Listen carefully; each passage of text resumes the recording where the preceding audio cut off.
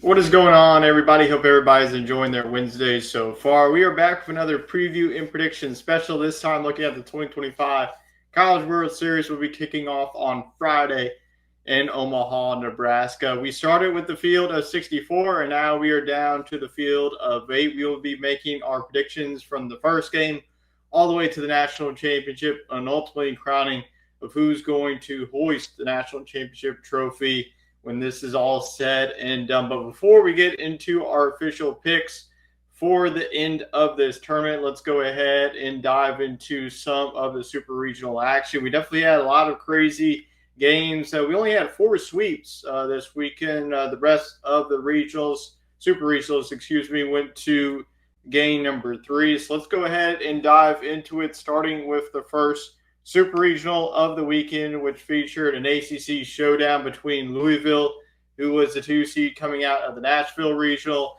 and Miami, the 3 seed coming out of the Hattiesburg Regional. Miami was one of those bubble teams on Selection Monday, and they made it all the way to Supers. Louisville in game number 1, they really dominated. Miami wasn't really close. It looked like that Louisville was just going to run away with this one.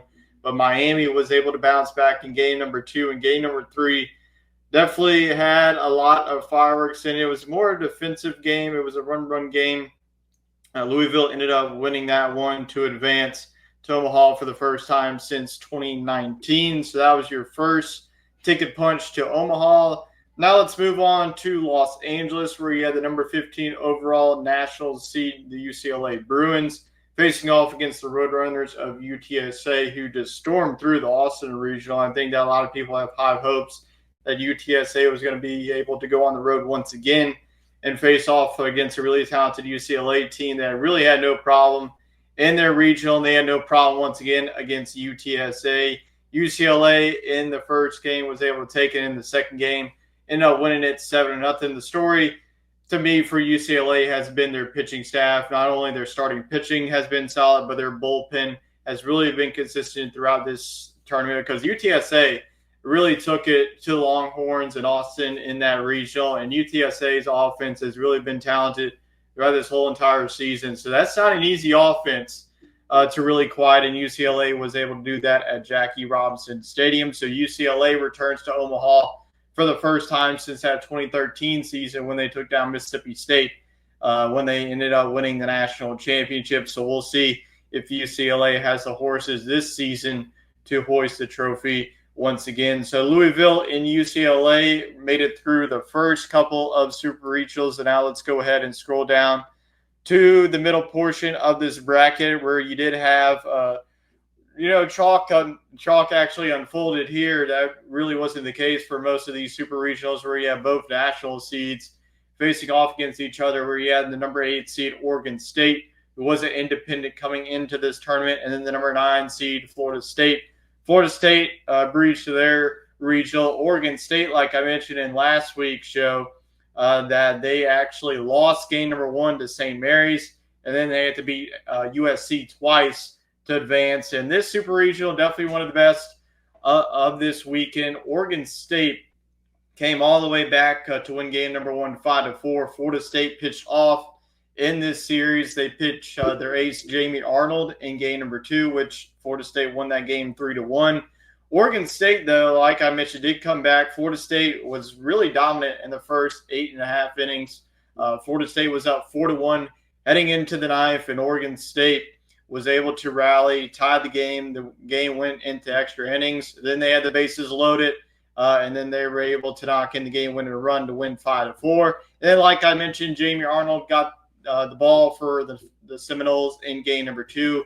He was really dominant for the majority of that game, and it was a low-scoring game, as Oregon State's pitching also was the story of it, at least for the first 2 games. We'll get it to the third game here in just a moment, but Florida State won game number 3, tying that series up 1-1. And then game number 3 was definitely an offensive showdown. Florida State was able to put up those 2 early runs. Felt that they were feeling good about themselves, but you go into the bottom of the first, and Oregon State was able to put up 7 runs to make it a 7-2 ball game after 1 inning. And then after that, Oregon State just continued to mash homer after homer. They were up pretty big. Ended up being the final score 14-10, I believe. But Oregon State back in Omaha since that 2018 season, where they also won the national championship when they took down Arkansas. So Oregon State takes down a very talented Florida State team. I think that Florida State early on in the preseason was a lot of favorites to make it back to Omaha's, but Oregon State was able to win. Like I mentioned, to me, this was definitely one of the best series of the weekend. For two evenly matched teams, as the Beavers are back in Omaha. Now let's go on to the Durham Super Regional, where you had both, like I mentioned, where you didn't have that typical national seeds moving on. You had Duke, the 2 seed, coming out of the Athens Regional, and then the Cinderella story of this tournament so far, the 4 seed out of the Oxford Regional. Murray State actually got forced to a Game 7 in the Regional before they took down Ole Miss. Duke really had no problem in the Athens Regional. They went 3-0. And it looked like in game number 1 that Duke wasn't going to have any problem. Duke's offense was able to storm away with a Game 1 victory, but Murray State was able to win both Game 2 and Game 3 behind some dominant offense, especially in game number 2 when they put up 19 runs to win that game 19-9. And in game number 3, similar to Oregon State in the Florida State game, in game number 1, Duke feel like they controlled most of that ball game. Then Murray State was able to get a couple of RBIs to leapfrog them to a 5-3 game, and then it ended up being a 5-4 game with an RBI ground out to take Murray State to their first trip to Omaha. And we will see if Murray State can find what Fresno State did in 2008. That was the last 4 seed that I can remember that won the national championship. Obviously, there have been other 4 seeds, like Stony Brook in 2012 and so forth. So Murray State is only the 4th seed to make it to Omaha. So we'll see if they can make any more noise once they get to that. But Duke was definitely one of the more talented squads out of the ACC. They kind of started off their season slow, found themselves during the backstretch of that season. And then, like I mentioned, Athens Regional, they really looked dominant. And then game number 1, they looked dominant. But it was Murray State continuing on their season as they won this series 2-1. So that's your Cinderella story. Moving on to the College World Series. So let's go ahead and continue on with the rest of the Super Regional, starting with the Chapel Hill Regional. You had the number 5 national seed North Carolina out of the ACC. Arizona out of the Big 12. Also, the Big 12 Conference Tournament champs, they took down TCU in a low-scoring ball game. Arizona was able to go on the road and beat Oregon. They were able to do the same this past weekend against a really talented North Carolina team. I think that North Carolina, to me, was one of my early favorites in this season to win the national championship. I felt like they really were getting going at the end of the season. They really swept through the ACC conference tournament. They ended up beating Clemson in the title game. They looked really dominant in the Chapel Hill Regional, even though they got pushed to Game 7. In that Game 7, they won that one 14-4 against Oklahoma. And then coming into this one, game number 1, North Carolina wins it 18-2. You're thinking to yourselves, this is going to be an easy sweep, but Arizona had other plans as they won game number 2, 10-6.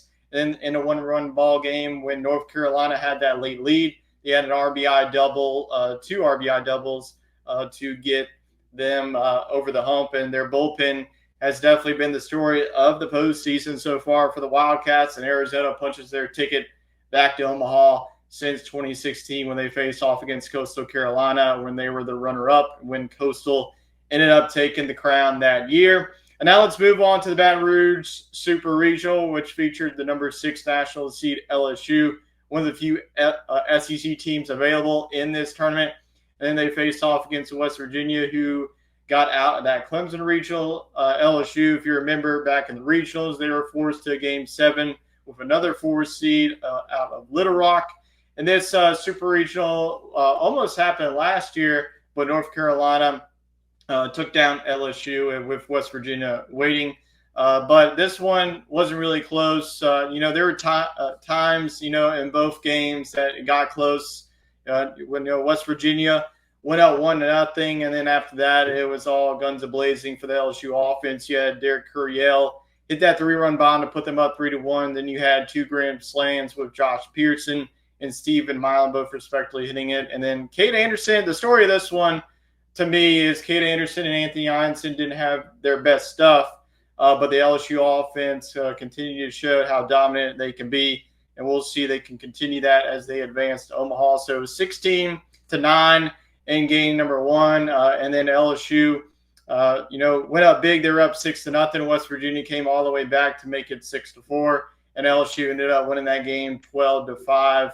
After Stephen Milan, to me, was the MVP of the Super Regional. He, once he gets to the postseason, he's able to get it going. So LSU advances back to Omaha for the first time since 2023. So not too long ago, the Tigers are back in a familiar spot there. So now let's finish off our Super Regional recap with the last two Supers of this weekend.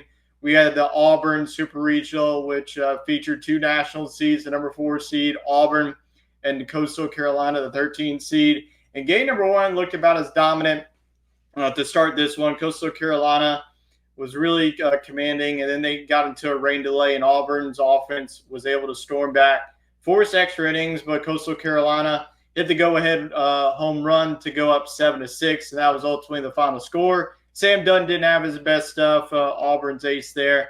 Definitely not the time to have your best stuff against a Coastal Carolina team that has won 20-plus games in a row. This is a team that's definitely going to be a tough out once they get to the College World Series. But Coastal Carolina was one of the few teams to sweep this weekend as they look really dominant in a place that Auburn has really played well throughout this whole entire season. But Coastal Carolina, out of the Sun Belt, advances back to Omaha. And the last time they were there, they won the whole thing. We'll see if they can do it again. And then the last Super Regional of the weekend featured two SEC teams, number 3 Arkansas and number 14 seed Tennessee. Both of these teams did face off about a couple of weeks ago, and Arkansas took 2 out of 3. And Tennessee pitched a little bit off. They went with Marcus Phillips in game number 1, and then Liam Doyle. Arkansas went with their ace and Zach Root, and he looked about as dominant as you can. He had a perfect inning until he gave up a home run, I believe, to Andrew Fisher. I don't know if it was after he was out. Maybe it was after Zach Root was out. But Arkansas ended up winning a 1-run game, 4-3, and the Razorbacks look about as dominant as you can be in game number 2. Liam Doyle did have his best stuff in game number 2 as Tennessee gets swept out of Fayetteville as Arkansas is back in the College World Series for the first time since 2022. I think they look about as complete as you can be. So Arkansas is definitely going to be a favorite for many to win the whole thing, and this would be their first time for the Razorbacks to claim their national championship in baseball. And now let's go on to the College World Series bracket with bracket 1 starting on Friday. Bracket 2 will be getting underway on Saturday. So let's get into the first matchup here. It features an ACC versus Independent with number 8 national seed Oregon State versus Louisville. Louisville, to get here, had to take down the number 1 overall national seed in Vandy. They ended up winning that 1-0 game against the Commodores. Oregon State had to battle their way through the regional, and then they beat Florida State. So this is definitely going to be a fantastic matchup, but I'm going to go with Oregon State moving on to the 1-0 game and Louisville moving down to elimination game. So let's now get on to the second game of the Friday slate, which features Arizona versus the number 13 seed Coastal Carolina. This is definitely going to be a fantastic matchup. Arizona's offense has really started to feel themselves. Like I mentioned, the bullpen has been the MVP for the Wildcats, and Coastal Carolina's pitching has really been elite throughout this whole entire season. So I'm going to give the nod to Coastal Carolina. So in bracket 1, we do have Coastal Carolina and Oregon State facing off in the 1-0 game, with Arizona and Louisville facing off in the elimination game. So let's go ahead and continue on and filling out bracket number 1. We have Arizona and Louisville facing off in the elimination game, and I am going to have Arizona moving on in this College World Series bracket with Louisville going 0-2. So now let's go on to the 1-0 game, Oregon State versus Coastal Carolina. This is definitely going to be one of the best games of this tournament. Coastal Carolina, Oregon State, definitely two of the better pitching staffs in the country, and then the offenses really complement their pitching staffs. But I'm going to go with actually Coastal Carolina. This team has been red hot throughout this season. I'm going to go with the Chanticleers, and they go on to the driver's seat in the 2-0 game with Oregon State and Arizona facing off against each other. And I'm going to go with the Beavers. So we have Oregon State moving on once again and Arizona going home. So far we have Arizona and Louisville both eliminated in bracket 1. So Coastal Carolina, the way that this is set up, they are 2-0, in this scenario, Oregon State would have one loss. So the only thing that Coastal Carolina has to do is win. Oregon State would have to beat Coastal Carolina twice. I think that Oregon State would take this to an if necessary game, but give me Coastal Carolina to punch their ticket to the national championship game. So the Chanticleers are back in the national championship series for the first time since the 2016 season. So that's how I have bracket 1 shaping out. Now let's go on to bracket number 2. The early game on Saturday features number 15 national seed UCLA and Murray State. Can the Cinderella story keep it going? Their offense has been fantastic throughout the regional and super regional action. UCLA's pitching staff. So that's going to be the key story. Can UCLA's pitching cool off a red-hot offense? They're able to do it against a red-hot UTSA team.